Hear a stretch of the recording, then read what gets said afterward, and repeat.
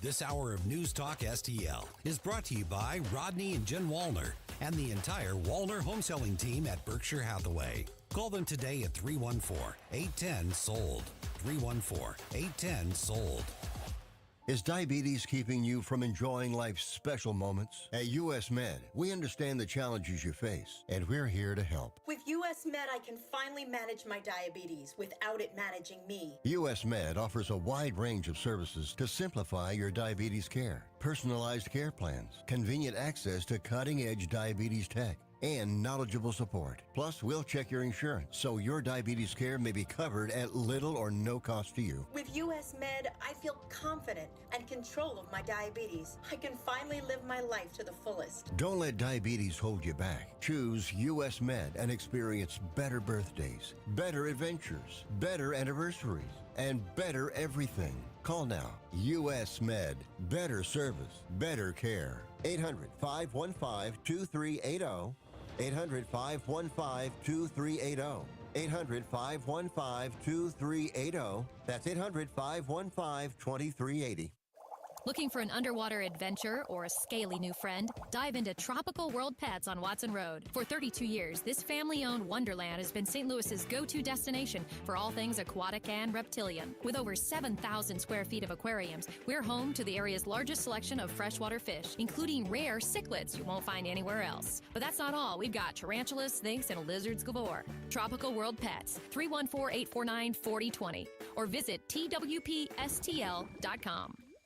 Remember those magical moments in Mom's kitchen? The heavenly aroma of fresh baked cookies? At Trolley Stop Bakery in Chesterfield's Forum Shopping Center, our co-op of talented bakers has been perfecting that homemade magic for 4 decades. From the gooeyest cookies in town to custom pies, cobblers, and cakes, everything's made from scratch, just like Mom and Grandma's recipes. Need that perfect corporate gift? We ship our famous cookies nationwide. The Trolley Stop Bakery, 67 Forum Shopping Center, or TrolleyStopBakery.com. Because some traditions are too sweet not to share. Hey, it's Susie Moore for Window World. Did you know that in just a little over 20 years, Window World of St. Louis has improved the look and thermal efficiency for over 80,000 customers in St. Louis? Plus, Window World windows come with a lifetime warranty that covers all parts, glass breakage, and labor. And now, Window World is offering 36 months, same as cash financing with approved credit. Call them today at 800-NEW-WINDOWS for a free in-home, no-pressure estimate. That's Window World at 800-NEW-WINDOWS. They are the preferred window of the St. Louis Blues. From the Michaels Flooring Outlet Weather Center. I'm meteorologist Leah Hill with your first alert forecast. Today is gorgeous. We're looking at a high temperature near record territory. Forecast high of 79 degrees, but the record for today is only 80, and that was set back in 1925. So at the very least, we could hit that record. Mostly sunny skies. We do get some more cloud cover building in tomorrow. A low temperature of 62 degrees, looking at a forecast high in the afternoon of 82. It does get a bit stormy Tuesday night into early Wednesday. This hour of Colombo Company brought to you by Gutter Pros. Water goes where we tell it. Call 314-656-7195 or visit them at gutterpros.com.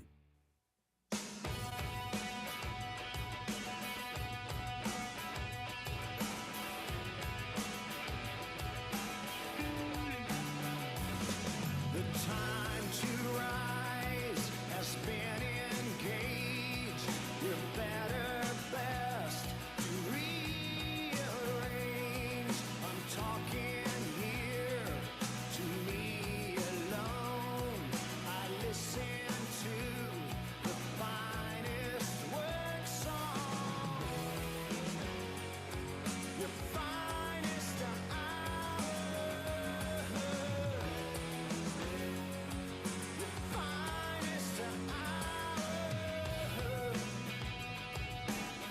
Hello and welcome to Monday afternoon, the beginning of a new week here on Colombo and Company on 101.9 94.1 News Talk STL. I am Tony Colombo in studio with producer Ashlyn. Looks like this week going to be another very, very busy one, so we'll keep you up to speed every step of the way. Got the latest information coming out of the Middle East and the situation with Iran. Iran has announced their new leader, which was just the Ayatollah's son, which is a person that Donald Trump had already said he was not going to be supportive of. So we'll get you the latest there. Going to have a press conference. We're going to get an update from the president a little bit later on this afternoon. I think 4:30 our time here in St. Louis. So that will be during the Tim Jones and Chris Arp show. I'm sure they will be all over that for whatever new information we learn from Donald Trump. We've got things happening in the Senate. We've got things happening with executive orders. We've got things happening in the courts. So we've got a lot to talk about as we go through the day and start this busy week. Got help on the way as well to help us unpack all of this information. And a little less than an hour from now, almost exactly an hour from now, just after 3 o'clock, as we do every Monday afternoon, just after 3 o'clock, we're going to talk to our AI big tech expert, Mike McClary from Intervine. Always great to talk with Mike, and there's always the regular news cycle is already enough to try to keep you up to speed on. Things are happening so quickly with the development of AI technology and products and things like that. It's, all we can do to keep up with everything happening in that industry every Monday when we talk to Mike. So there's always great stuff to be learned whenever we talk to Mike McClary from Intervine.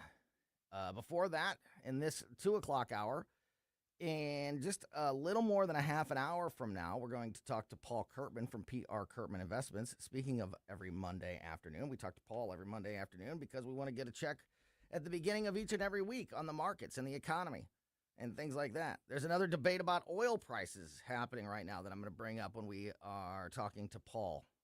See if that has any impact on what is happening with the economy as we start this week.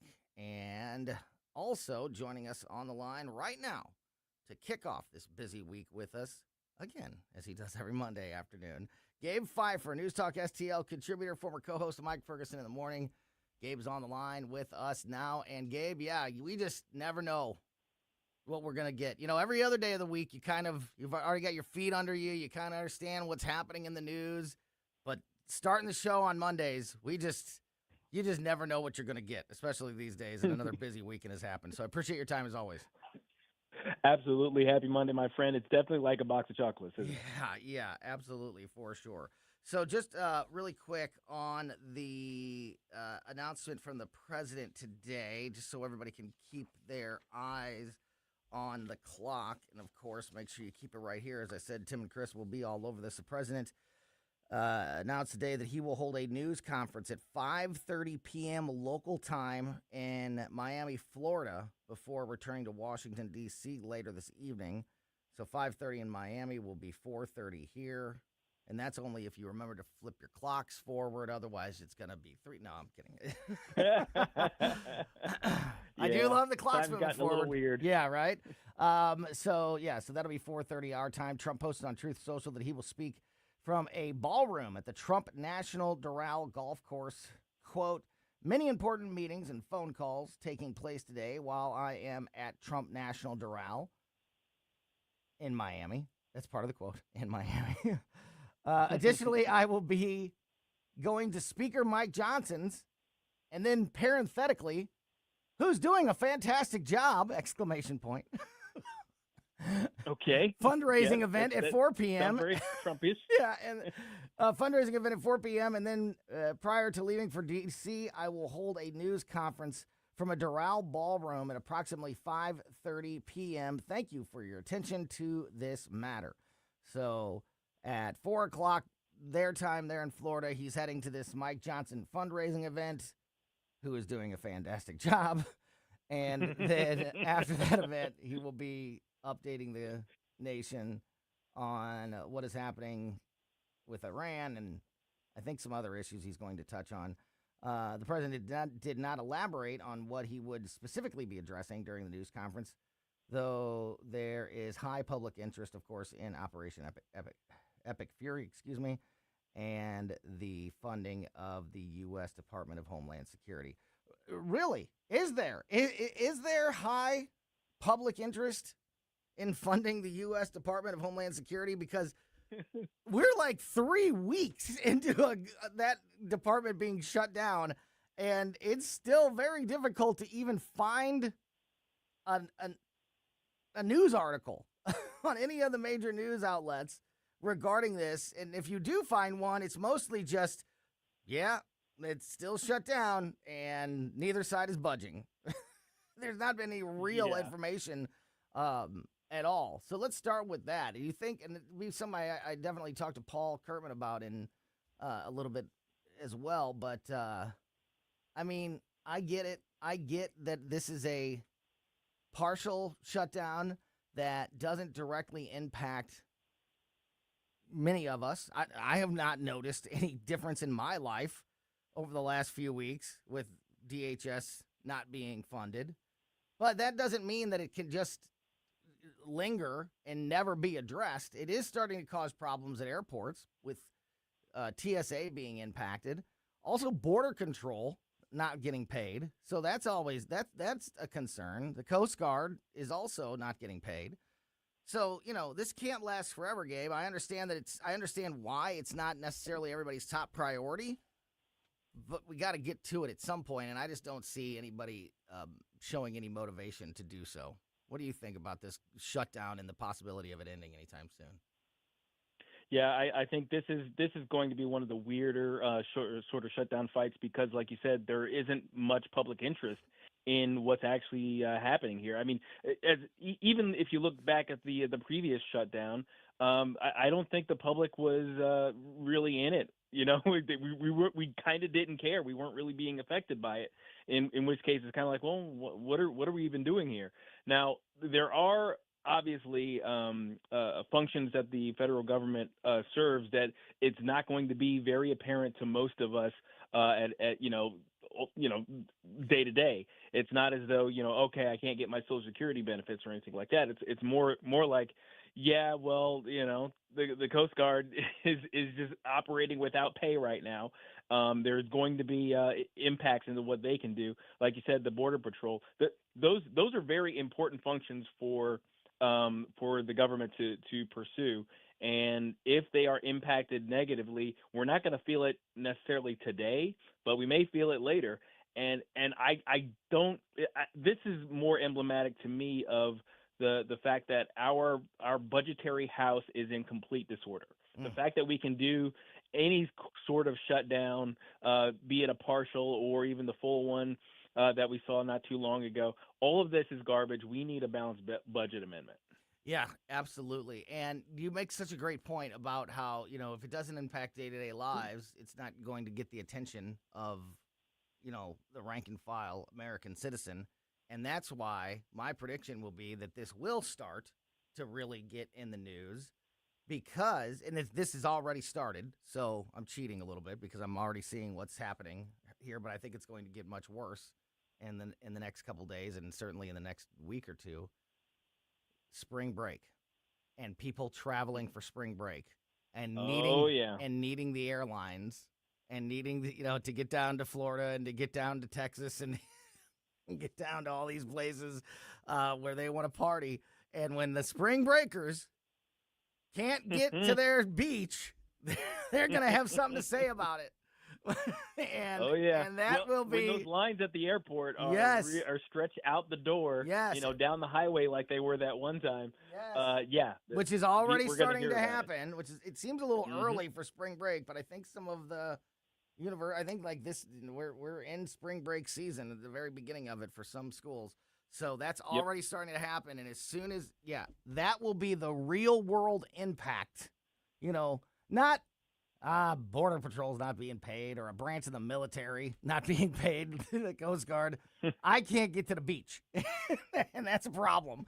That will be where you start to see some public outcry, I think, regarding this issue. But again, just maybe that will bring it back into the news.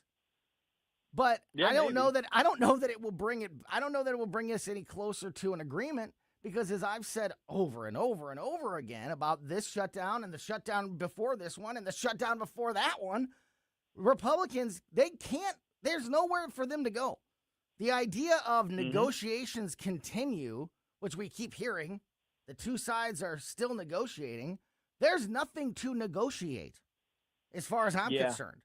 There's nothing to Yeah. negotiate. There's not. If Republicans give in at all on defunding ICE or allowing some kind of government oversight on new avenues of oversight over ICE, which is something that the left has been pushing for, then that, to me, that's a massive fail that they can't afford to suffer in a year like this with the midterm elections coming up. So I we'll see, but so far they've stayed strong and said all the right things. But history tells us, Gabe, that the Republicans will cave in the end. How do you see this all playing out? You have a gut feeling? 90% of the requests that the Democrats are making are pretty untenable, and I do not want the Republicans to compromise at all on. I think the 1% thing that we might be able to agree on is I think the agents need body cams. Yeah, and that's more to protect the agents than than the that's the good. morons. Yeah, who agents keep, and trying people to and obstruct them. transparency. Absolutely, body cams should be required everywhere, but they want so much more than that. But yeah, they want way more. I think inevitably the Republicans have always been the ones to compromise, and that's why the Overton window, the government lurching back and forth has always kind of tended to go left. All of those things are because of compromising on our part, and I think we should just stop doing it. Yeah. Just don't compromise anymore. Just as much as you can run roughshod over the left, because we can't afford to keep moving in that direction. As much as the left would be just aghast at what I'm about to say, it's the truth, and they know it's the truth, but it goes against their message that they are pushing. If the Republicans do cave in any way in these negotiations, it's only going to get even more people killed in these protests, because what it will do is it will show the left and lunatics like Keith Ellison and Jacob Fry and these other, and Ilhan Omar at the top of the list, that inciting violence and whipping people up into a frenzy, an anti-police frenzy, worked, because they'll have gotten what they wanted, or at least part of what they wanted, if the Republicans cave. And therefore, they will continue down that strategy. And, they, of course, what they would tell you is that that's the craziest thing that they could ever hear, because it's the ICE agents that are out there killing innocent people in the streets, which is a wild assessment, but we've heard it over and over again. But the truth is, since they don't have any real ground to stand on, their only best way of trying to influence the changes that they want in the government, and specifically with ICE, is to create chaos and to get more people hurt, because then they can go on television and say, how many more people have to die before we make changes? And they're the ones that are behind it. And they will, and if they get what they want, it won't get better. It will get worse, because they'll feel the momentum, and they'll say, all right, now let's push down on the accelerator. We've got to put a stop to it. We definitely need to start treating the left like either toddlers or terrorists. You don't negotiate with them. You don't compromise. You don't give in to their tantrums. You don't validate whatever tactic they're using to try to get you to cave to whatever their demands are. You have to treat them with a heavy hand. Essentially, it's like, no, that's not gonna be how it works. It's either you consider what we do with terrorists or what we do with toddlers. One or the other, depending on the situation. I love it. I'm gonna steal that one too. I was gonna say, I as part of this conversation, I steal one of your lines all the time, and I almost always give you credit for it. It is so simple to not be killed by a police officer. But your line that I love, that came from one of our conversations a few weeks ago. When it comes to this issue, it's so easy to not get killed by a police officer. But these people that have been, they've just been whipped into a frenzy by the left, and they've been told that this is the right thing to do, to go confront police officers in a angry, violent fashion, and it gets people hurt and gets people killed, and they want more of that because it's their only way to try to get what they want, because the truth and the facts and the real safety of the country, none of that is on their side of the argument. So they've got to create chaos in order to try to accomplish what they want. And if the Republicans cave in on these negotiations, then they're just going to be feeding into that in a big, big way. Talking to Gabe Phifer.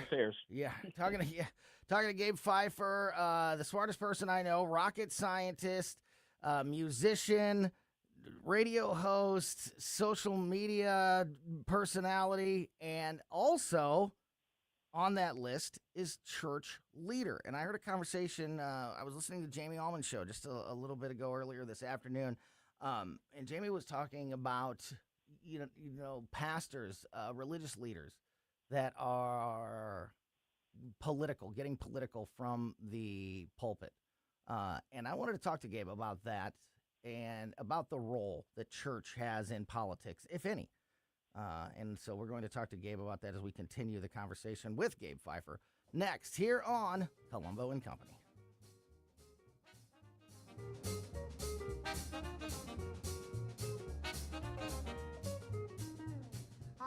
Made in St. Louis for St. Louis. It's News Talk STL.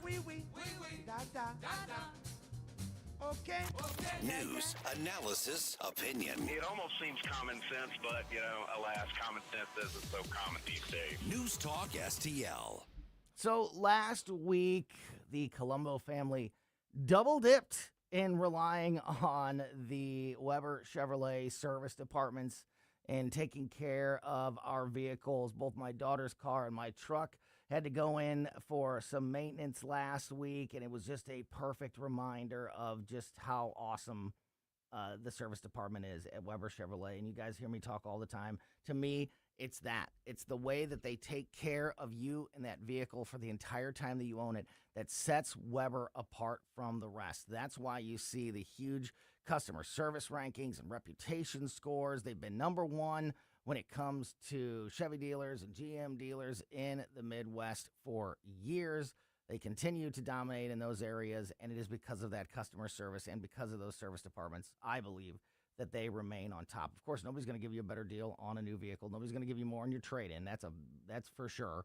You know, they have 3 locations around town to serve you: Creve Coeur, Missouri, Granite City, and Columbia in Illinois.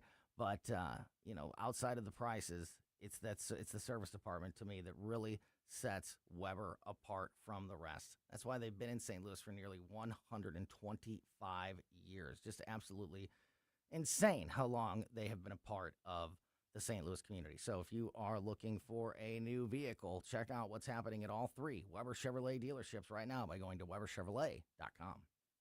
Hi, it's Ken Williams, and my favorite Capriati sandwich is the Capistrami. You've got hot pastrami, melty Swiss cheese, crunchy coleslaw, and zesty Russian dressing. What else do you need? I love Capriati's, and you will too.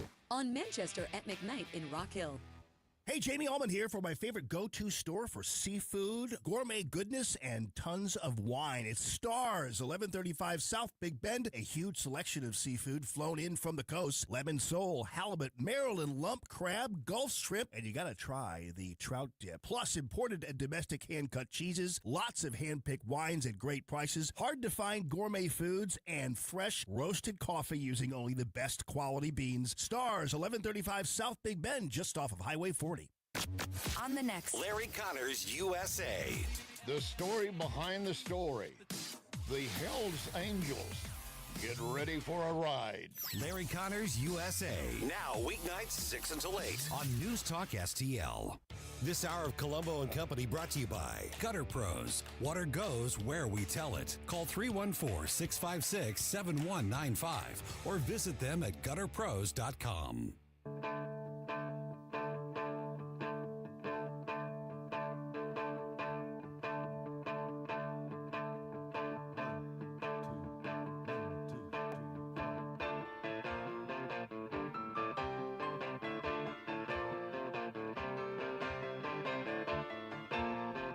Welcome back to Colombo Company on 101.9 News Talk STL. Tony Colombo here in studio. Gabe Phifer on the line with us. And as I mentioned, along with his long resume of being a rocket scientist and a radio host and a social media personality and a musician. And am I missing anything besides church leader, Gabe? No, I think you kind of covered it. But by the way, speaking of a musician, I happened to run into Perry while I was out and about. Hey! And he said he invited me to rehearsal. I'm not sure I'll be able to make it, though. Oh, that would be great. It would be great if you could stop by rehearsal this Thursday night. That'd be awesome. And yeah, just quick reminder about that. My band with Perry Woods and Katie Fitzpatrick, of course, playing on March 20th at the Mill in Granite City. Very cool. Fairly new venue out there in Granite City. We are opening up for Somebody Love, the Queen Tribute Band. Tickets are going really fast, actually.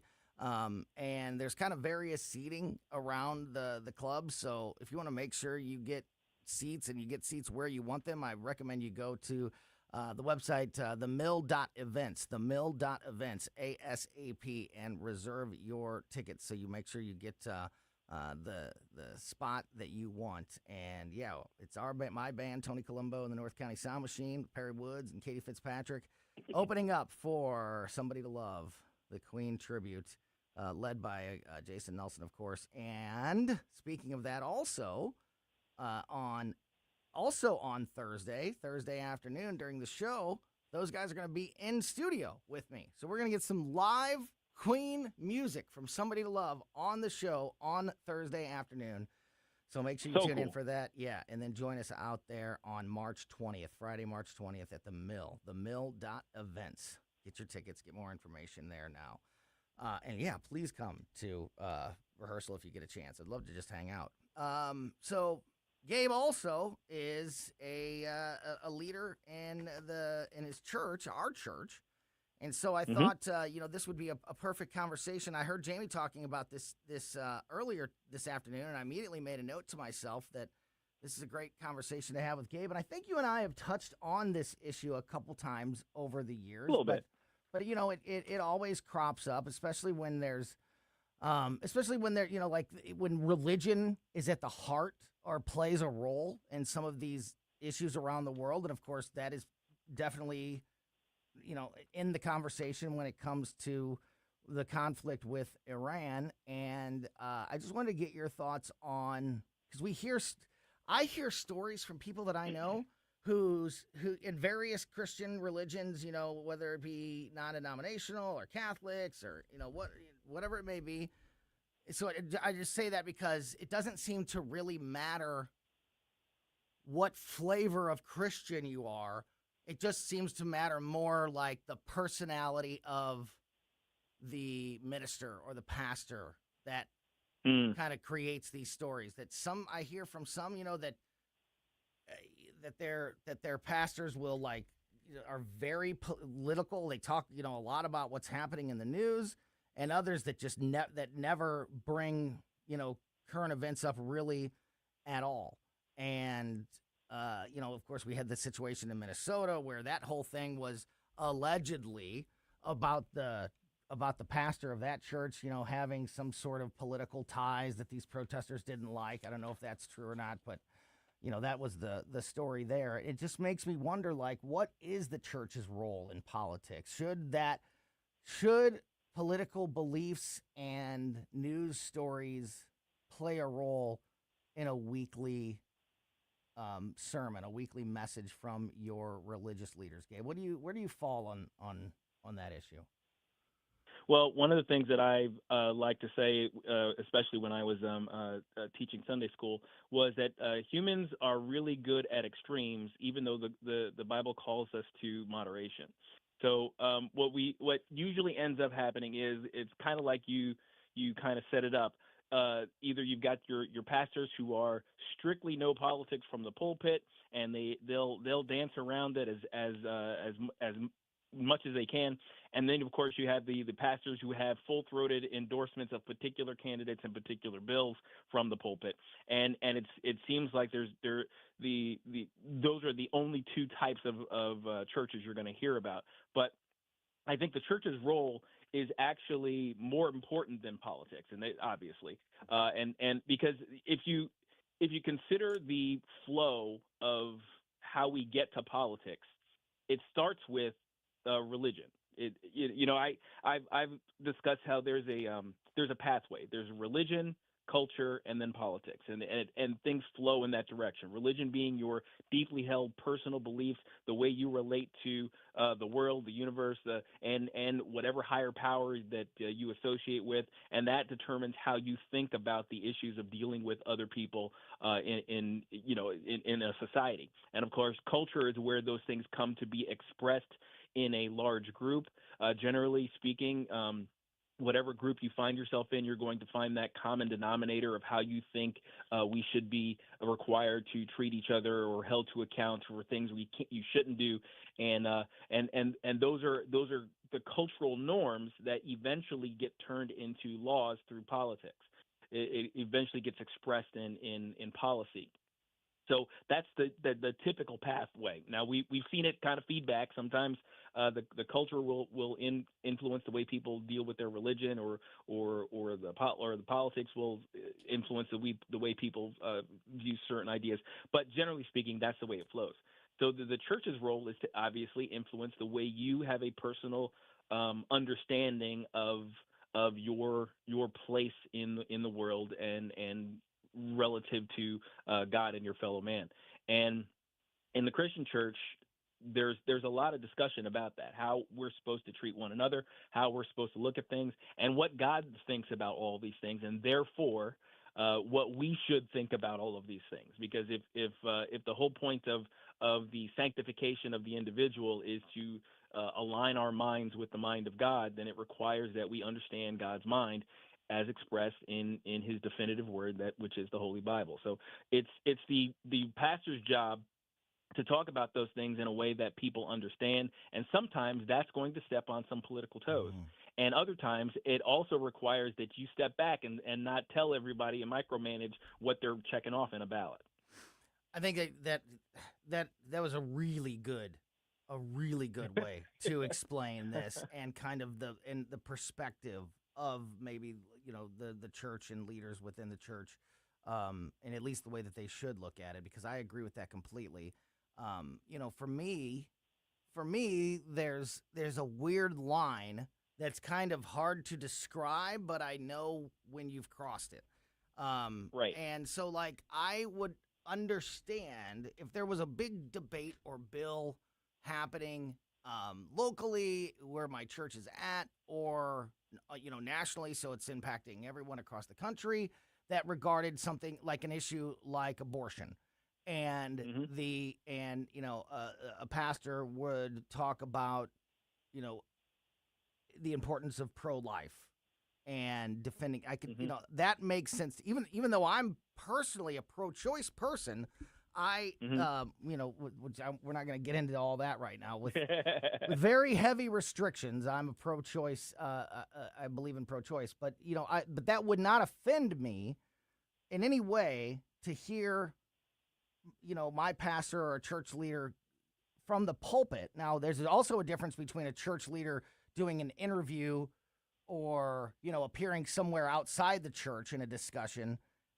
If they want to, want to share a little bit more of their personal opinions, that's a different story. But when we're talking about, a sermon of some kind, or being, talking to the congregation from the pulpit, that's the different story, and that's what I'm talking about now. So to hear them say, talk about something like a pro-life issue, I would understand, and I'm okay with. What I'm not okay with is going up there and saying, boy, this Donald Trump is an idiot, and if you voted for him, you're an idiot, and we've got to vote these people out of office. And I would feel that way, and I would feel that same way about Biden. Even though I would agree that Joe Biden's an idiot, needs to be voted out. Right. That's not what I want to hear. That would bother me to hear. So, I don't mean to be wishy-washy personally on this, But I think that there's a difference there. So I think there's some nuance to politics in church and when they're appropriate and when they're not. And that would be an example of one that is and one that isn't. And, there's other issues that are maybe a little bit closer to that gray area. Is there a general consensus, among the religious sect, especially when it comes to religious leaders? Is there a general consensus on whether it's okay to tell people how to vote or what, to talk politics, or is it really just, depending on the pastor, depending on the minister that you're talking to, whether or not, what answer you're going to get about its appropriateness? Well, honestly, because there are so many denominations and they run their churches in so many different ways, it can vary pretty wildly depending on which church you happen to be passing on the block. In Missouri, because you're gonna in a typical 15-minute drive in any Missouri area, you're going to pass about 6 churches, and each of them is going to approach this issue differently. But at least from our perspective, I can kind of speak for the other gentleman on the elders board at our church. Endorsements are a hard line. You don't endorse from the pulpit. You don't tell people exactly how to vote. Now, if you are going to be speaking about an issue that is of imminent political importance, some sort of a municipal ballot or a national ballot topic, like you said, like some abortion thing, something like that, we're going to speak on the topic, itself. It's like, hey, look, this is the stance that we have based on our understanding of God's desire for humanity expressed through the Bible. Here's what we say about this. So in your discussions as you're talking about these things, this is how we're interpreting what's in the Bible about said subject. And do with that information as you will, and which is pretty much the same as with every other issue. It's this is what God says about it. Now conduct your life, with that understanding. I've told you. Now it's up to you to decide how you're going to live. So that's generally speaking how I think we desire to approach those. Yeah, those that's issues. great, and I would endorse that process and that thinking wholeheartedly.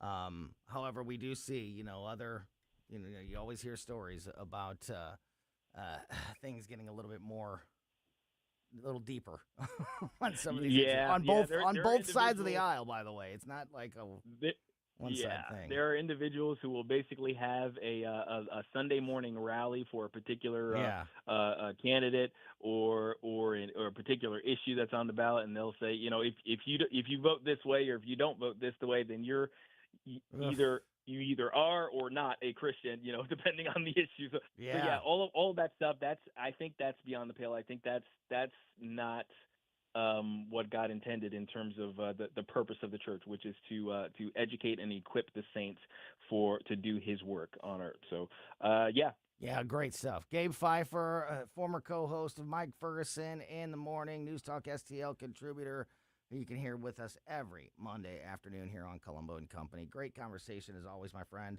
Hope to see you at band practice. That'd be a lot of fun. And if not, I'll talk to you again soon. Yeah, you bet, dude. Really appreciate it. Talk soon. Absolutely. God bless. Yeah, back at you, buddy. Gabe Phifer there. And we are going to keep the conversation rolling. It's Monday afternoon, which means we need to get that start of the week check on the economy and on the markets. We've got, of course, the conflict in Iran. We have got oil prices making big headlines today. How are all of these issues impacting the markets as we start this week? We're going to find out when we talk to Paul Curtman from PR Curtman Investments next. For podcast articles and more, find us on newstalkstl.com. If you have a phone, you have a radio. Wherever I'm at, home, car, wherever. Download the all-new News Talk STL app. If you have a phone, you have a radio. Just the convenience on the phone. Streaming live on the mobile app. Love the new app. And listen anytime. Everywhere. Anywhere. Concerned about the condition of your windows driving up your energy bills? I was too. It's only called STL Windows and Doors. Call today for your free in-home estimate and start saving tomorrow. 314-277-5952 or stlwindowsanddoors.com. This year, America turns 250, and News Talk STL is celebrating our nation's semi-quincentennial all year long. News Talk STL, #1 for live and local Soros-free talk, with proud supporters of our 250th birthday celebration. Freddy's Market, Iron Bear Customs, and STL Windows and Doors. 250 years strong, and we're just getting started.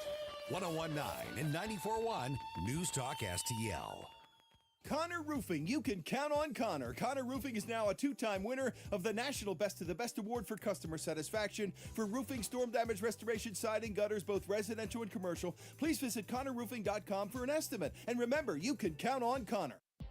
Paul Curtman's Financial Update is brought to you by PR Curtman Investments, providing customized strategic guidance to help you build and protect your wealth. Learn more at prcurtman.com.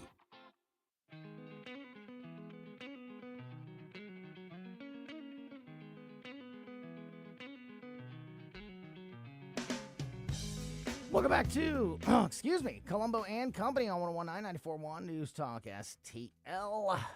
Tony Colombo here in studio. Just had a great conversation with Gabe Phifer, and now we have our buddy Paul Curtman from PR Curtman Investments on the line with us, as we do every Monday, to kick off the week with a check on the markets and the economy. And Paul, as always, really appreciate your time, my friend. Uh-oh. Paul, are you there? Can you hear me? Yes, there you are. I was going to say, we There just we talked go. to him at the break.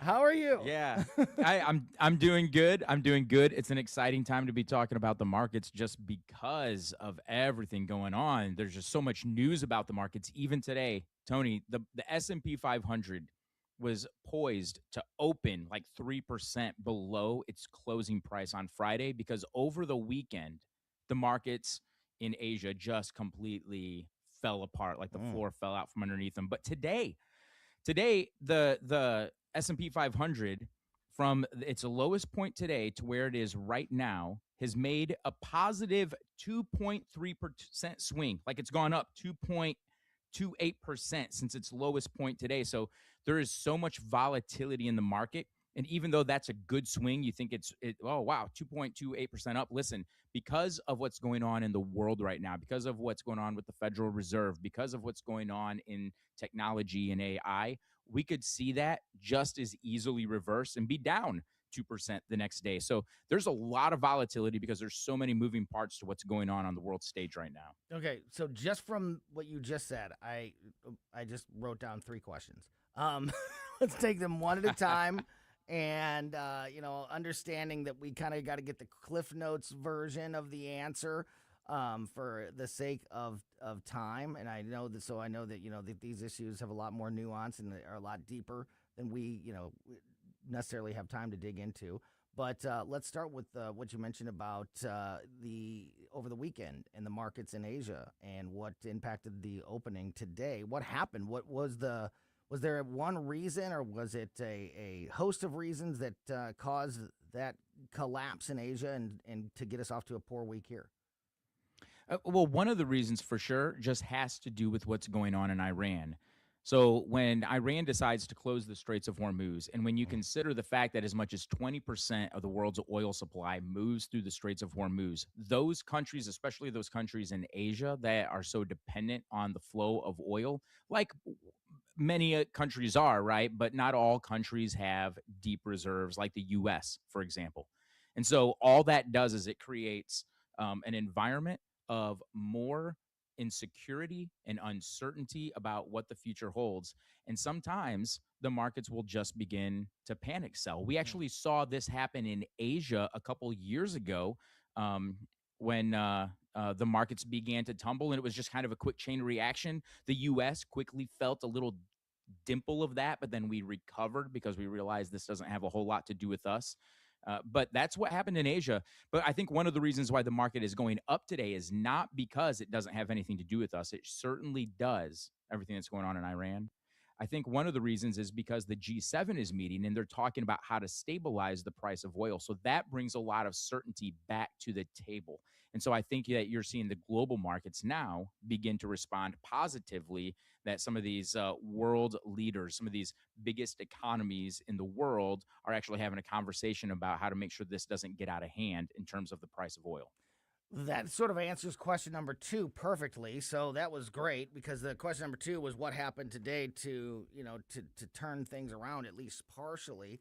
And then you mentioned, and this really, perks my ears anytime you or anybody else brings up AI and the AI influence, especially on Mondays, because right after we talk to Paul, we're going to talk to Mike McClary from Intervine, our AI expert here on the show. And you and I, Paul, have talked a lot about AI and its influence and its impact and its how, as we move forward in time, how that impact and influence is going to only grow when it comes to economic issues, but just life issues. So AI is not going anywhere. You mentioned that it's such a roller coaster and things can change so quickly. And you mentioned as AI, being one of those factors. What is the latest, if there is anything specifically, or if there's, what is the sort of latest AI issues that are impacting the markets and the economy right now? Well, that is such a really good question that I'm going to speak just for a minute, not based off of a research report that I read. I'm going to speak just based off of my observation of market history going back, 2 or 3 decades here. Yeah. So when the internet first became a thing and it started finding its way into homes across the U.S., remember when AOL used to send out those CDs in the mail? And you could put them in your computer and you're like, wow, we just got 10 free hours of internet. And you had the dial up. Mm-hmm. Well, that was in a time when the internet was just really changing every day, and the way it was changing the world was playing out in front of us every single day. And so we saw bubbles come and bubbles go. Well, when you're talking about AI, it's kind of like that, but it's different. And I think a lot of investors and institutional investors have learned some of these lessons in the tech sector from the past, like what we saw when the internet and the .com bubble, first started to manifest. I think right now, people see artificial intelligence as the next great industrial revolution. But the thing is because it's artificial intelligence and the speed at which it changes and innovates, now it's in even changing itself. Like it's filling it, it's identifying its own gaps and beginning to fill them. And so I think that we're going to see AI just continue to innovate faster than any other technology that we've ever had yet on the face of this planet. And because of that, I think that the markets are always going to be volatile around AI. But then as AI find its place in certain sectors and help certain sectors accomplish things or innovate in ways that help make them more stable, I think we'll start to see how AI is actually helping stabilize other sectors. But the volatility in AI itself is going to be around for a while. And I think that, like I said, I think we're just scratching the surface of this next industrial revolution-esque technology. Yeah, I'm so glad you bring up that industrial part of the AI growth, because that's something that we do talk to Mike about a lot. And when I think when we say AI, or we bring up the fact that we're going to talk about AI, I think that everybody assumes, and I would too, and I do when I hear somebody else say it, that we're going to be talking about, AI videos and AI technology and the latest new software that makes, these videos that look exactly like, real life and whatever it may be.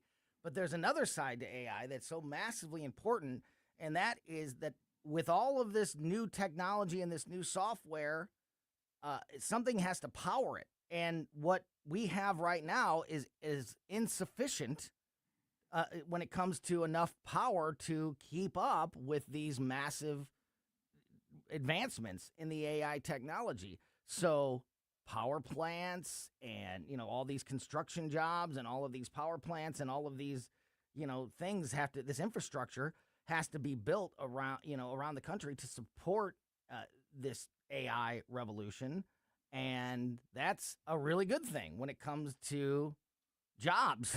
And, some issues that are, there's certainly plenty of negative. Don't get me wrong. I am, I've never been accused of being an optimist on basically any issue.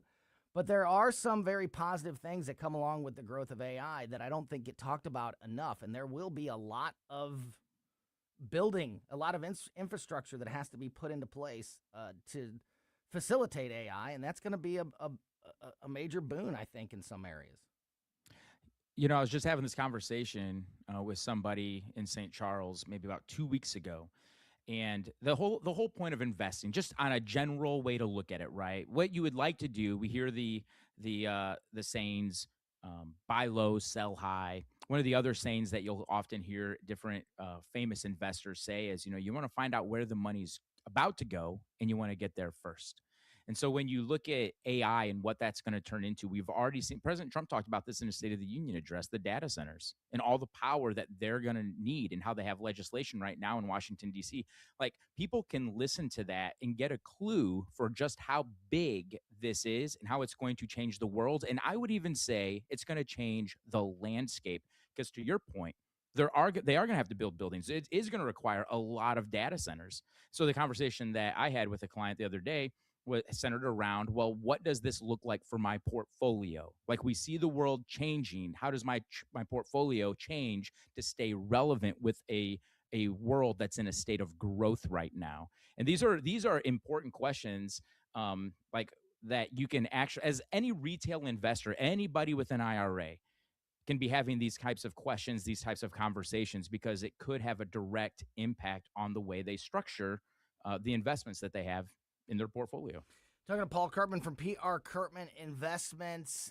Only a few minutes left here, Paul, but I wanted to touch on this. You talked about oil prices. I mentioned that there's, the oil price issue is in the headlines today. I had to do a double take when I read this headline. Top Senate Democrat wants President Trump to tap the nation's oil stockpile as fuel prices skyrocket. Chuck Schumer called on Trump to unleash reserve barrels of oil from America's Strategic Petroleum Reserve as oil prices spike during the conflict in the Middle East. Schumer argued in a statement that the reserve, quote, exists for moments exactly like this, where he and other Democrats have shot down this exact idea time after time in the past. So crazy to hear that coming from the Democrats, and I certainly agree. Well, we have, like I said, just about 2 minutes left here, Paul. What is the influence, and what's happening with oil prices when in regards to the markets today?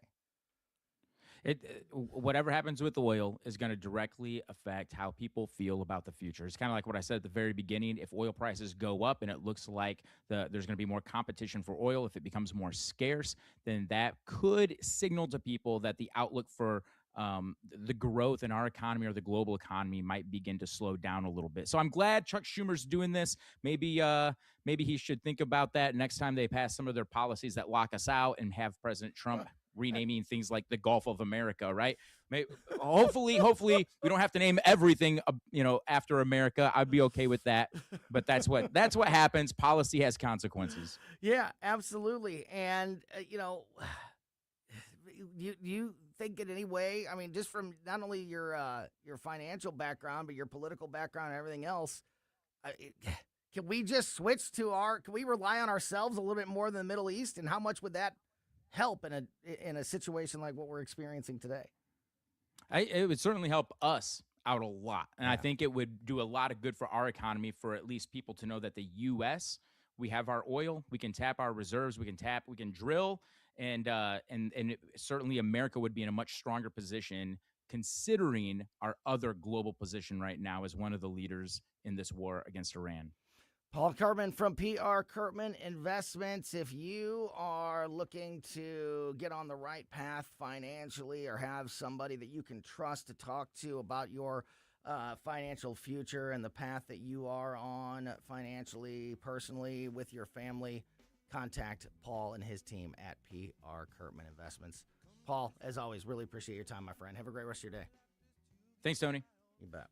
All right, great stuff there. And we are going to continue this conversation specifically about AI and big tech because our AI and big tech expert, Mike McClary from Intervine.com, joins us next. You can feel the Clydesdales circling the field. Hear the stands come alive. Smell the hot dogs, the popcorn, and cold beer in the air. See the crowd rise as the first pitch hits the glove. And just like that, a new season begins. The countdown is on until opening day, and tickets start at just $49. Don't miss St. Louis's favorite holiday. Get your tickets at cardinals.com/opening day. Cardinals single-game tickets are now on sale for the 2026 season. The schedule delivers big-time matchups, including weekend series against the Cubs and Dodgers, and visits from the Boston Red Sox. Add in a promotions calendar stacked with fan favorites like all-new giveaways, a Hawaiian short and shirt set, golf-inspired hat, dark mode jersey, and a whole lot more. It's Busch Stadium at its best all season long. Lock in your seats today at Cardinals.com.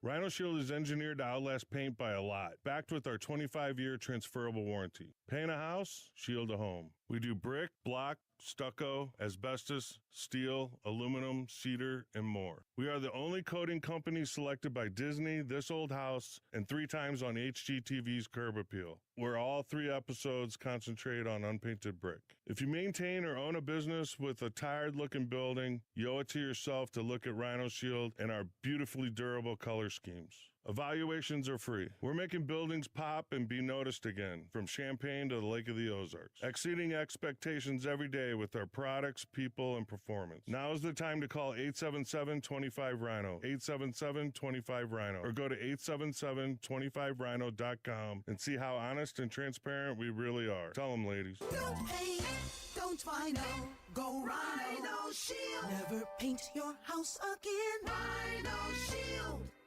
KLGY HD3 Clayton, K270BW Bellefonte, KNBS Bowling Green. This is News Talk STL at 1019, 94.1, and always streaming at newstalkstl.com. Breaking news at Town Hall. I'm Bob Agnew in Washington. President Trump is not interested in making a deal with Iran. The president said the U.S. has no plans to negotiate with Iran's remaining leadership. We're not looking to settle. They'd like to settle. We're not looking to settle. Earlier, the president declared that he would not accept anything less than unconditional surrender. The Iranian president responded by saying the U.S. demand for surrender is a dream that they should take to their grave, and he threatened more strikes on American targets in the Middle East. Greg Clugston, Washington. Secretary of State Marco Rubio says the U.S. and Israel are making great progress knocking out Iran's ability to terrorize the region. This is a terrorist government. This is a terroristic regime. And we are seeing them conduct terrorism using nation-state elements, using weapons like missiles and one-way attack drones. And the objective of this mission is to destroy their ability to continue to do that. And we are well on our way. Correspondent Sam Medic reports from the scene of a death in Israel. The country blames on an Iranian missile. I'm at the site of a missile strike in central Israel. First responders behind me. Now, what they've said is that at least one person has been killed. Several others have been critically injured. And authorities said that this was caused by a cluster munition. And that is Sam Mednick reporting. The U.S. military officials say they've killed 6 men in a strike on an alleged drug smuggling vessel in the eastern Pacific Ocean. More from correspondent Andrew Stewart. This strike is part of the Trump administration's campaign against alleged traffickers. Sunday's attack brought the death toll to at least 157 people since the Trump administration began targeting those it calls narco-terrorists in small vessels in early September. U.S. Southern Command says it targeted alleged traffickers along known smuggling routes. However, the military did not provide evidence that the vessel carried drugs. That is Andrew Stewart reporting. More from townhall.com. A Social Security update. 70 million Americans collect Social Security benefits today, and millions more will join soon. Now, a new study finds 70% of Americans don't get the full benefits they deserve. But recipients can use simple strategies to boost Social Security benefits by as much as $188,000 over a lifetime. Social Security expert Michael Allen says it's true and reveals 5 key strategies to increase your benefits. It's all in his free special report. Newsmax calls the report your best guide for bigger Social Security benefits. Whether you're getting benefits or soon will, you need the Social Security report. Get it free. Call 800-999-9690. 800-999-9690. We'll text it to you right away, along with President Trump's act cutting your Social Security taxes. Call now, 800-999-9690. 800-999-9690. Text and data rates may apply. From the Michaels Flooring Outlet Weather Center. I'm meteorologist Leah Hill with your first alert forecast. Today is gorgeous. We're looking at a high temperature near record territory. Forecast high of 79 degrees, but the record for today is only 80, and that was set back in 1925. So at the very least, we could hit that record. Mostly sunny skies. We do get some more cloud cover building in tomorrow. A low temperature of 62 degrees, looking at a forecast high in the afternoon of 82. It does get a bit stormy Tuesday night into early Wednesday. This hour of News Talk STL is brought to you by Stifel, serving investors for over 130 years. Contact your Stifel financial advisor at stifel.com. That's STIFEL.com. Fox News commentary with David Marcus next. Most investments today feel like second jobs. Real estate, you're a landlord. Stocks, you're a day trader. Crypto, you're a full-time researcher. You've got a life to live. Your investment should help you live it. That's why more Americans are choosing gold. Noble Gold has helped thousands protect their future with real physical gold. Visit noblegoldinvestments.com to get your free wealth protection kit. That's noblegoldinvestments.com. Past performance may not be indicative of future results. Investing in precious metals, including gold, involves risks. Consult with your tax attorney or financial professional before making an investment decision. Here's David Marcus. Langone Medical Center, a New York City giant in the healthcare industry, has announced it will stop providing surgery and hormone treatments for children confused about their gender. This comes after years of the medical establishment insisting that surgery on minors is very rare and needed only in extreme cases. The American people were never given a rational explanation for how suddenly men could become women, because there isn't one. Credentialed experts just declared it, and to question it made one a bigot. If, as the medical establishment insists, transgender medical treatment for kids is so rare as to not be an issue, then there should be no problem in ending the programs and finding better treatment options until a child reaches maturity. The left's argument isn't about what makes sense or even what's best for children. This is really about affirming the delusions of adults who want the whole world to play pretend with them. Saving kids from medical procedures based on delusions is a great first step. For more commentary like this, go to foxnewspodcast.com. I think you're a little confused. News, analysis, opinion. I've got something to say and I can't hold it any longer. 1019 and 94.1. You won't hear the truth anywhere but here. News Talk STL. News Talk STL.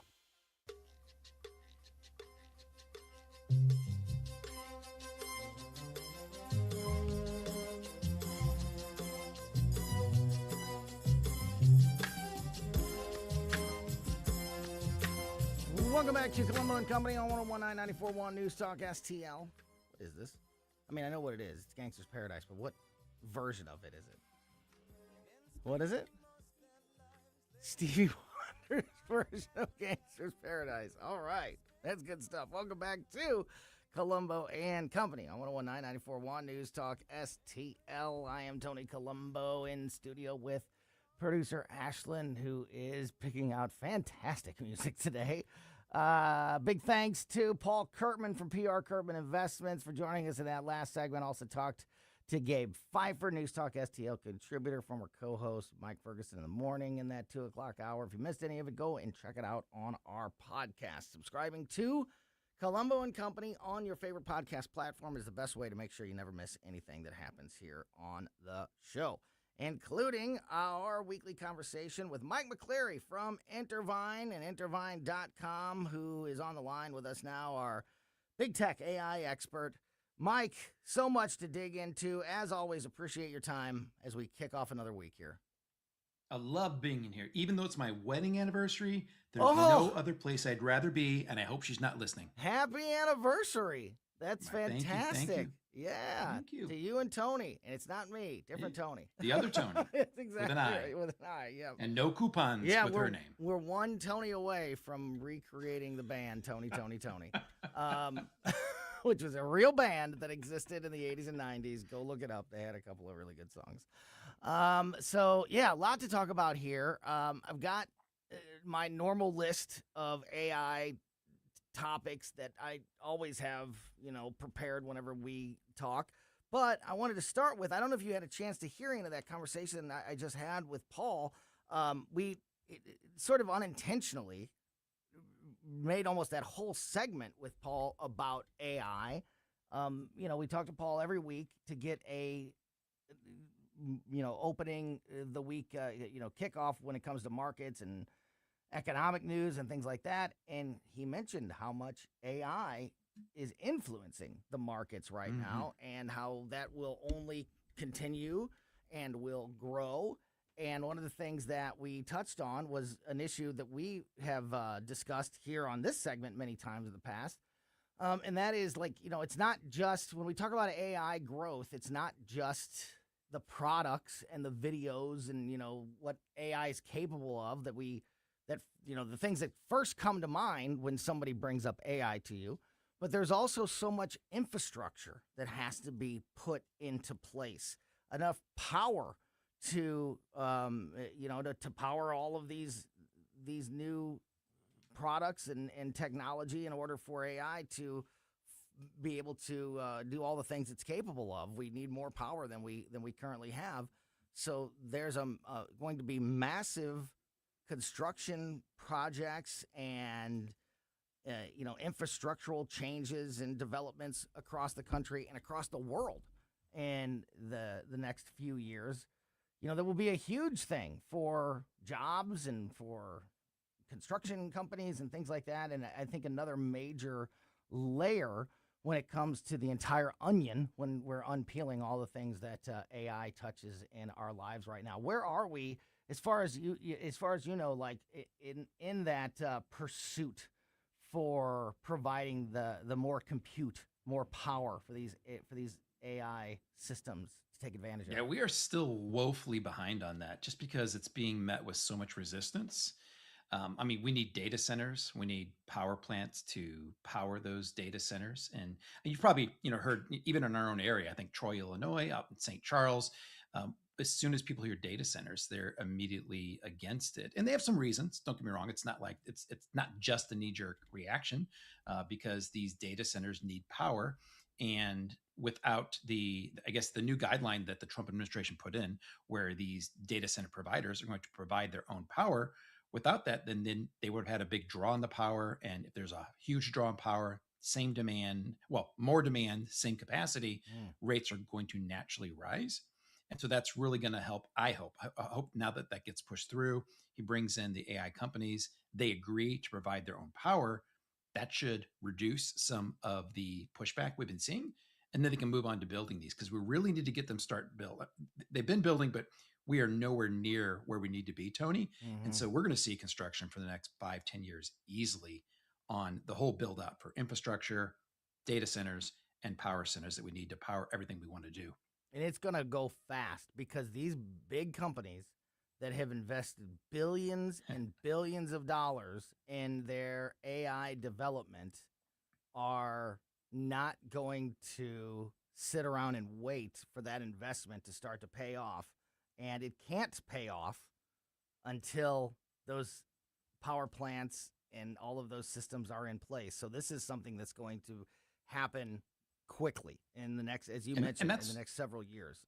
Go ahead. And that's why the markets are so volatile right now, like Paul said. And I was listening, by the way, great segment, loved hearing all that. And because investors, they want to see they want to see a solid chance of a return and something fairly soon. There is no soon payoff on AI when it comes into this investment. These are table stakes. You have to have the infrastructure in place before you can build out everything we want to do with it. And that's going to take a few years. And then once you have that, then you start reaping some of the rewards of that. But even at that point, it starts taking time to gain some of that back. So we're talking several years for heavy investment. We're seeing investment at a level we have never in our lifetime even come close to seeing. Companies that are some of the most profitable companies in the world are spending twice what their entire profits are each year just on next year's infrastructure investments. Like they're not just spending their profits, which is kind of crazy, spending all of your profits. They're doubling what they're spending versus what their profits are, because they know how important this is.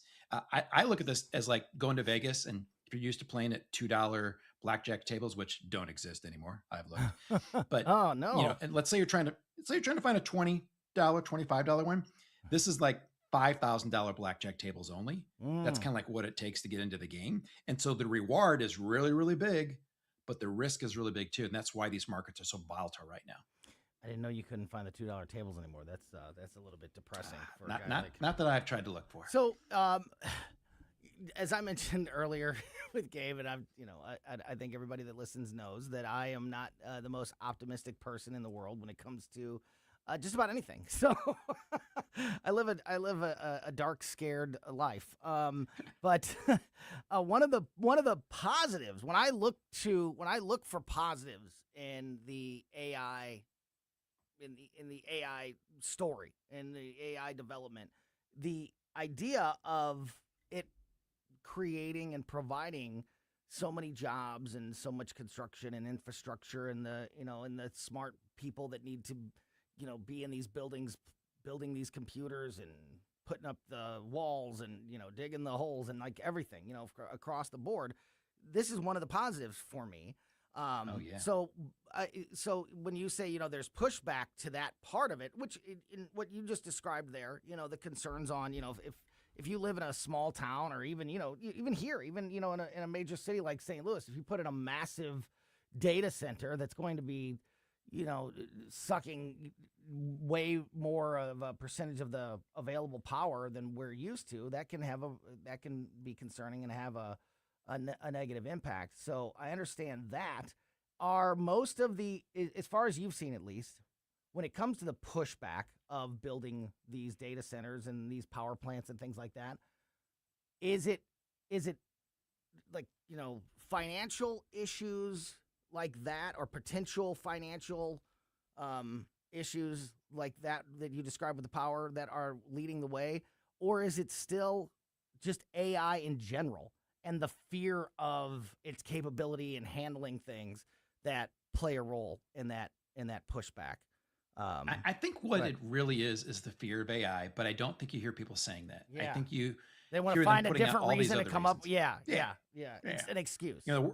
The water. They're worried about the water, which it doesn't pollute water. They're worried about the noise, which yes, there is noise, but it's no more noise than any other type of business that's out there. Then it's the financial strain of having your power bills goes up. Well, they're going to bring in their own power supplies for these things. So they just keep going down this litany of reasons, when in the end, it is a big fear of the unknown. We have never seen data centers this size. So there is an unknown.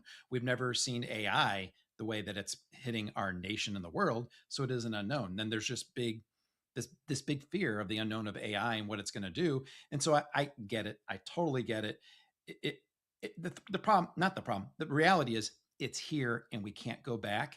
And if we all focus as good as we can on the positive and try to restrain it the best we can, doesn't mean we're out of the woods completely, but it gives us a much better chance of making it much more good for us on the ROI side of this than if something terrible goes wrong. I think we kind of need to get over the initial fear, and then we got to go all in, keep our finger on the pulse so we know that it doesn't go off the rails, and then start really focusing on the benefits. Because there's a ton of beneficial things we didn't even get into, like improvements in medical and healthcare, improvements in weather, trying to forecast the weather, improvements and all types of things, earthquakes. I mean, there's all kinds of things we can get out of AI to help us, but we got to get over that initial fear, not completely, but at least the initial part of it, so we can start moving forward and focusing on the positive things.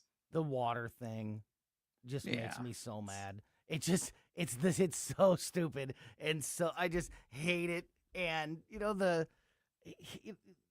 lesson, if you don't understand your history, you'll never understand the future. Like it's such a perfect example here because we've been through all this with the water. Mm-hmm. It's the same argument that people had about nuclear power plants that use cooling. It's basically the same thing, using the water as a cooling agent. That's it. And so whenever I hear people say, it's almost always one of the first questions I get if I talk, somebody, out in my real life about this segment with you, Mike. Anytime I'm talking about AI and how I say, every Monday we talk AI with Mike McClary. One of the first things I always get is, what about the water thing? What does Mike think about the water thing? Like, it's just like I thought we put this to bed about the power plants and the water. Like, that's not real. It just drives me. There's not someone sitting there pouring a pitcher of water over raw uranium and letting it go into the water supply. That's not how cooling works. Right. And I think people think that. Yeah, I think that they do too. And then a TikTok video comes out and it says, for every 30-second AI video, 5 gallons of water are polluted forever and can never be cleaned. It's just like, what is happening here? Yeah, they don't back it up. Yeah. They just kind of throw it out there, It's not real, folks. If you see that, it's not real. Just ignore it, please. We've been down this road. Using water to cool things off does not pollute the water forever. And in many cases, it does make it warm. It does make it warm. Yeah, but better fishing. In many cases, like winter fishing next to a power plant, that's fantastic. It's great for the fishing. It's great for the fish, actually. So yeah, okay. So anyway, just wanted to put that to bed. Well, not to bed. I'm sure we'll bring it up again. I'm talking to Mike McClary from Intervine and Intervine.com, our AI expert here on Colombo and Company. Let's get into some of these AI stories of the day, including headlines I'm seeing all over the place about Anthropic and the company Anthropic suing the Trump administration. Anthropic today made the announcement they are suing the Department of Defense and other federal agencies after the Pentagon announced last week that the AI company would be labeled a threat to national security and its products would be banned from use for defense purposes within the government. Can you shed some light on what this is all about, this conflict between Anthropic and the federal government? Yeah, so what's been happening now for a while now, like for probably talking 6-12 months, AI has been used in the government. It's already been there. They've been using it in a lot of our military. They've had their own specific military AI tools that have been used for a long time now. But now with these, what we call frontier models, these models like by OpenAI, Google, Anthropic, the big 3 that are out there, these models surpass anything we've had in the past. And they're starting to use these AI models in their everyday work. And it came out that during the raid on Venezuela, Anthropic's Claude AI was used to help plan and actually execute that. And that's been reported now by lots of different agencies out there. It's kind of been out there, and it's crazy because it did such a good. I mean, you hear about that. It was probably one of the best performed military operations we've ever heard. And if I were Anthropic, I'd be out there saying like, yeah, we played a role in this. Our AI is that good. We save lives. We help execute this. But to their credit or discredit, however you look at it, they of course are concerned about their AI being used for military purposes. Not that it can't be, but when it comes to any type of surveillance on domestic people inside the United States, and also on any type of completely autonomous weapons, if you just have an AI that makes that final decision to pull a trigger, they don't want that, or at least they want to have a lot more say in that. And so from what I've heard, they've brought those concerns up to the Department of War. They don't like having any kind of constraints on that. And so after these negotiations, after several weeks, they kind of broke down. And so they, I don't know if it was Hegseth or whoever else, and they're kind of said, okay, we're not going to use Claude anymore in our department, and you're out, and we're going to use someone else's AI in here. And they, very quickly, within a day or two, had negotiated a deal with OpenAI, makers of ChatGPT, to use theirs throughout the government. XAI, Elon Musk's AI is already being used as well. Gemini is being used as well. But they told Anthropic, you're out of here. And then what they did, and here's what I think is happening here. What they did is they claimed that it is now, they can't be used. They said there's a name where they give it some kind of like, it's classified as a banned tool that like an enemy state, basically. Yeah. And so no one can use it. A threat to our security. Yep, that's which it's not that. I think this is the Trump administration doing what he does all the time. He goes to the extreme. Part of his negotiation is go to the furthest extreme, and then that way, every single way that you negotiate down from there is a win. And so I think they're kind of saying this like, hey, we'll play ball, but you just can't say carte blanche that we have to go through you for every single decision on how we're using it, if we feel like we're using it for lawful purposes. So I imagine they'll win this lawsuit, or at least the Department of War will withdraw it. They'll come back in, they'll be used, but they'll have some constraints because OpenAI, who did get a contract, they got every single detail that Anthropic wanted.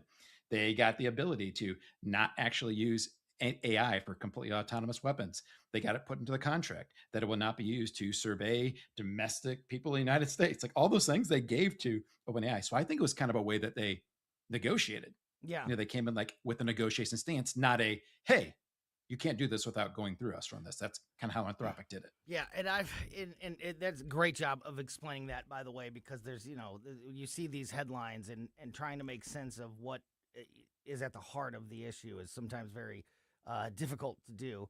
And I think you did a great job of explaining it there. And I personally, I have, both sides make me shake my head in at times in this argument. I agree with you about the Trump administration. It's not they label it Anthropic a threat. It's not a threat. I do understand the federal government's saying, we're not going to use your systems anymore if we can't use them for what we need them for. I don't know how they can also do the same with ChatGPT, but maybe they're going to use the OpenAI software for, other issues, and they're going to rely on Google and Gemini or Elon Musk and Grok for some of the other military systems, because I know while it may sound at first, because this is such a new issue, looking through the AI lens of things, to me, it breaks down to any other product. And you and I have talked about this exact issue on this show and this segment in the past. What if Ford decided they started looking into people and like, oh, what are you going to use this car for? Oh, we don't want you to use this car for making deliveries anymore, so we're not going to sell you a vehicle because we don't like what you're going to do with our product. And, like that, I don't like that. I don't like that at all. If we buy the product, your product is AI. It's created to think and solve problems and be applied to issues. Now, I don't think it should be, if somebody's using AI to plan a bank robbery or a murder, then yeah, that's a crime, and the person who's doing that should be charged, convicted, and punished for their crimes. But and I think we have that law already. I'm not sure. I need to check. Exactly. And there's also, I can't help but be a part of me, somebody who has well documented how the phones and the internet is spying on us at all times, that they take this sanctimonious stand of like, well, we don't want our products used to harm people. Okay. Yeah. Stealing data, we have no problem with that, or some of the other sneaky things that they do. But the military, oh, my goodness. We can't have that. So, yeah, Trump labeling Anthropic as a threat makes me roll my eyes, but then the argument, by the company also makes me roll my eyes. But this whole issue is a big example, I think, of the various debates and hurdles and decisions that we have to make about AI and what's okay and what's not okay and what needs to be regulated and what doesn't need to be regulated. Because I think it's a new world. Yeah, there's lots of issues that we don't even you can't even anticipate, are going to create a conflict or something that needs to be worked out until it's happening. I mean, wait for it, Tony. But imagine when robotics come into play here. Oh. If a big robotics firm comes in and starts making some really good robotics, just like Iron Fist King, and they say, you know what? We only want them. I don't know. We only want them cooking. Yeah. Or something like that. Yeah, right. Yeah. I don't think they'll get a contract. No, that's a great point. And in fact, it's a perfect lead-in to the next issue that I wanted to talk about, which is physical AI. There's a new headline out, a new story out about physical AI is having its moment and everyone wants a piece of it.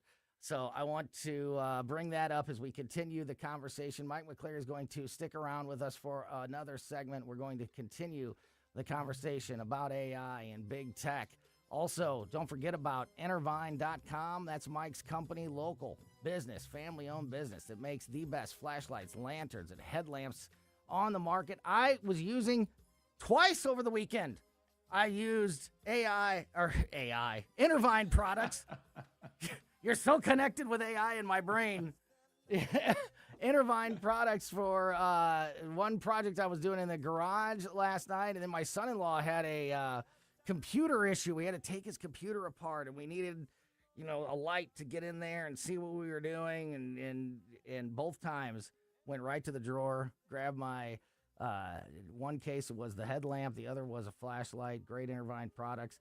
If you need a reliable flashlight for your home or business, or you need, the heavy-duty tech flashlight or something for camping and things like that, go to Intervine.com, use my name, Tony, and you'll get 25% off everything. Lanterns, headlamps, flashlights, even batteries in all different sizes. My name, Tony, is your promo code. Gets you 25% off at Intervine, INTERVINE.com. We continue the conversation with Mike McClary from Intervine next. To the evils of the world and spending most of their lives living in. Follow Tony Colombo on Twitter at Tony Colombo Talk.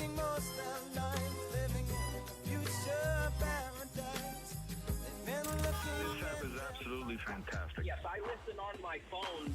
If you have a phone, you have a radio. It is awesome. Download the all-new News Talk STL app and listen anytime, anywhere.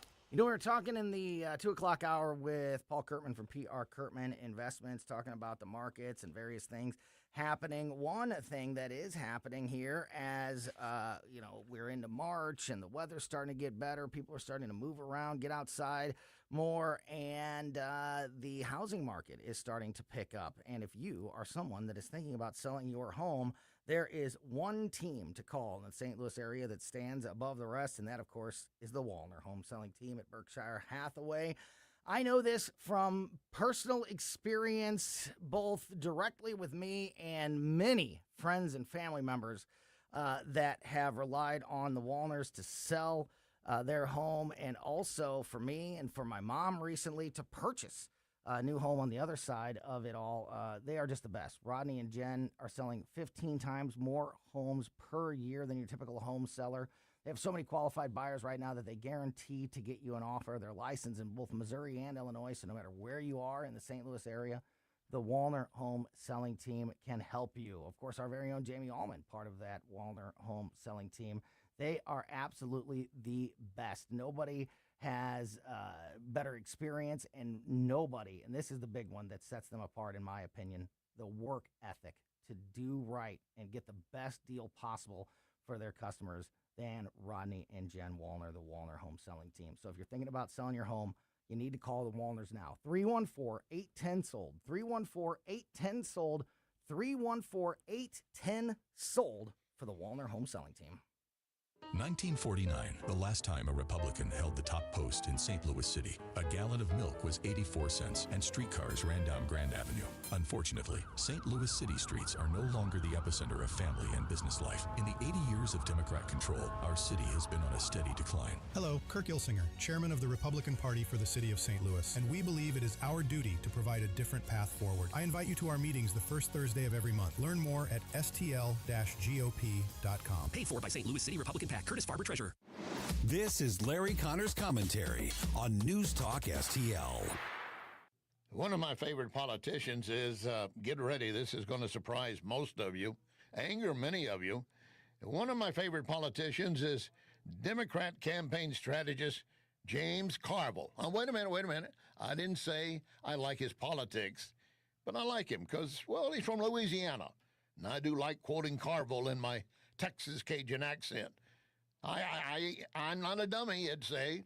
I got Bill Clinton in the White House, I did. He grew up in Cajun land near Baton Rouge, Louisiana.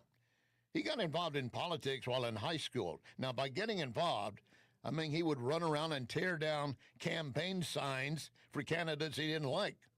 Carville did go to college, but admits, I had 56 hours of F's before LSU threw me out.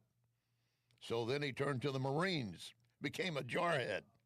Now, eventually, Carville did return to Knight College and got a law degree. So, in a way, he's kind of like a combination of Louisiana Senator John Kennedy and Foghorn Leghorn, a cartoon character of the 40s. I say, boy, I say, you're as sharp as a bowling ball. You surely are. Get more Larry Connors on Larry Connors USA. Tonight at 6 on News Talk STL. I want to share something with you. Cooking a pizza using coal creates an amazing pizza. Only one place to get it, Napoli Brothers Pizza and Pasta in Chesterfield. Of course, they offer a wide variety of pasta, but you just visit the website napolistl.com, dine in or take out, and get ready for patio season. Napoli Brothers Pizza and Pasta in Chesterfield Valley. Try it. You can thank me later. I'm Dr. TJ, owner of the Institute of Natural Health, co-owner of Optimal Nutraceuticals, and the host of Wellness One. Wellness One is designed to cut through the nonsense and provide you common sense science-based information regarding health and wellness. On the show, we discuss topics like thyroid health, gut health, hormone optimization, and many others. Our show airs Saturdays at 10 a.m. and 2 p.m. and Sundays at 11 a.m. and 3 p.m. right here on Newstalk STL. And you can visit us at inhstl.com. That's inhstl.com. On the next Larry Connors USA. The story behind the story. The Hells Angels. Get ready for a ride. Larry Connors USA. Now weeknights 6 until 8 on News Talk STL.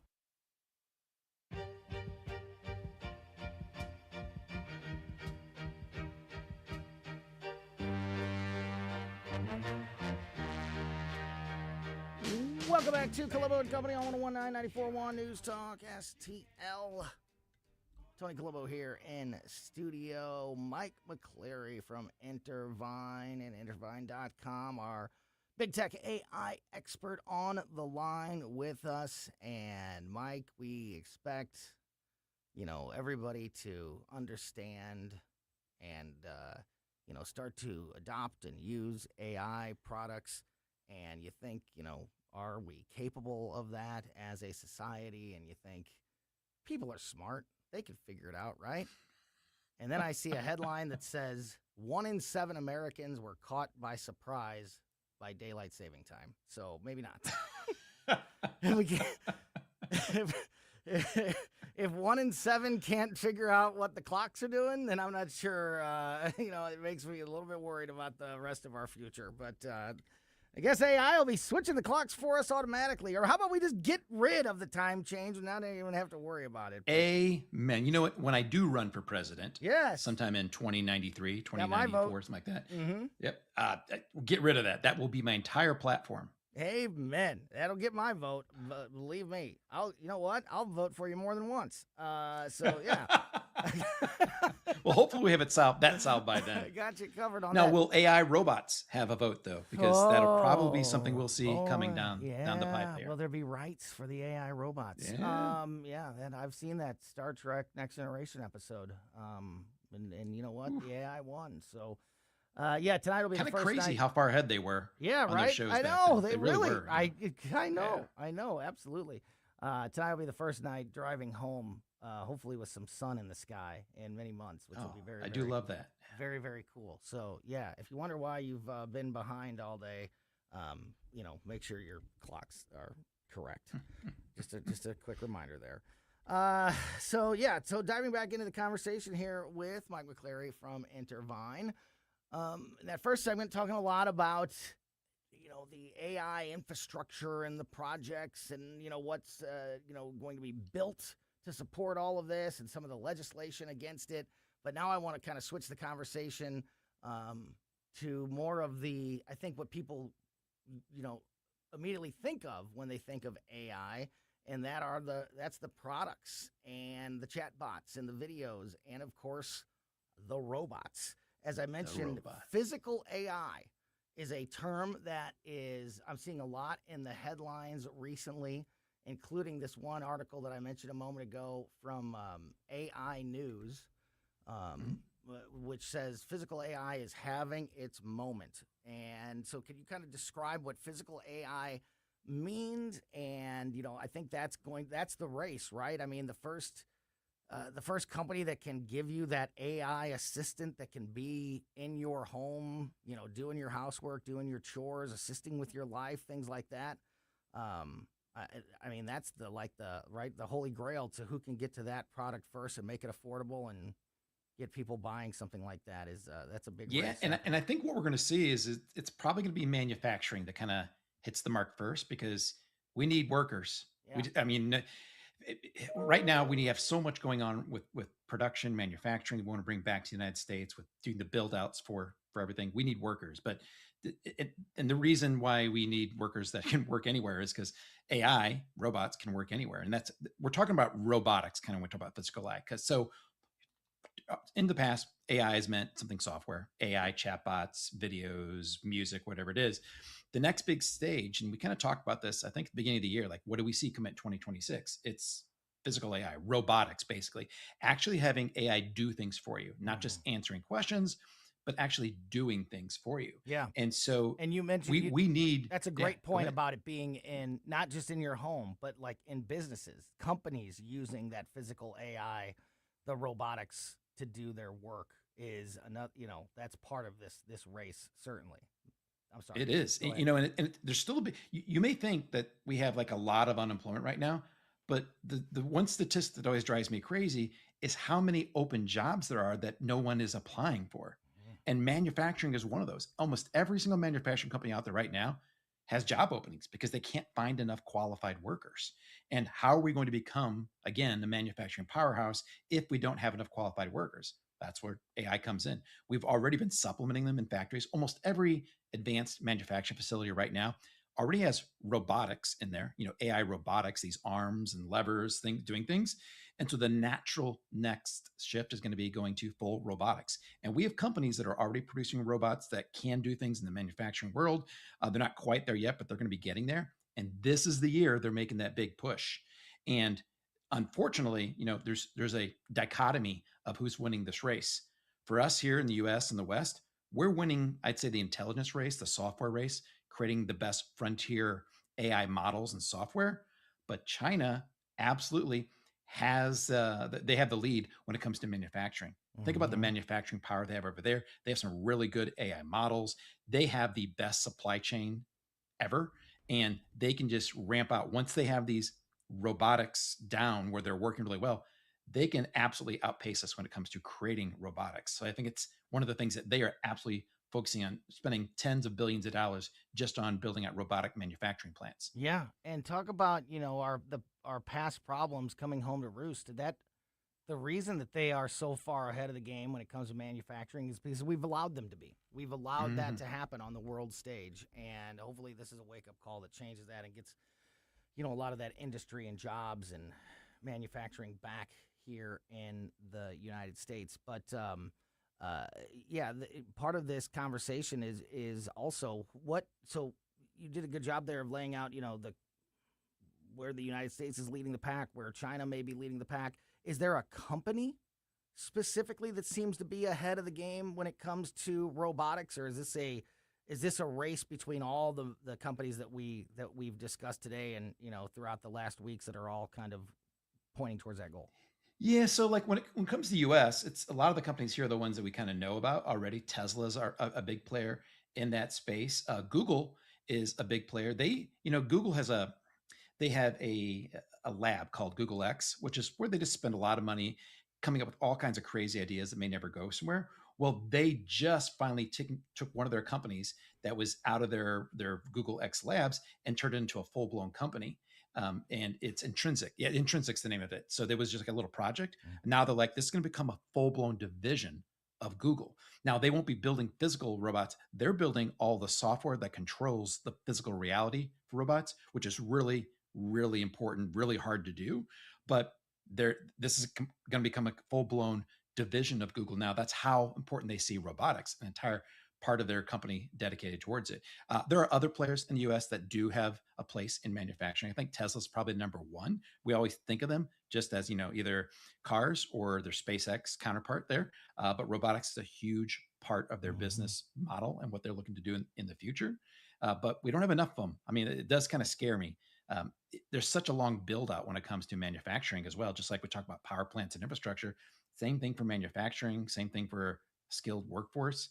We just don't have that set up to even compete with China when it comes to building out robotics. So I don't really have a great answer for how we're going to keep up with them when it comes to that. Mike, we have just under 2 minutes left here before we run out of time this week. You want to talk a little bit about AI Photo Studio? Oh, yeah. Yeah. So this has been a passion project of mine. And so as an e-commerce brand owner for Intervine and helping lots of other people out there, the biggest problem we've had is being able to get really good product photos because I can't afford to pay for models. I can't afford to do photo shoots, afford to do all these expensive photo shoots. They can cost anywhere from $3,000 to $10,000. And so as a passion project over the holidays, I started saying, could I use Google's tools to create a photo studio for my own business?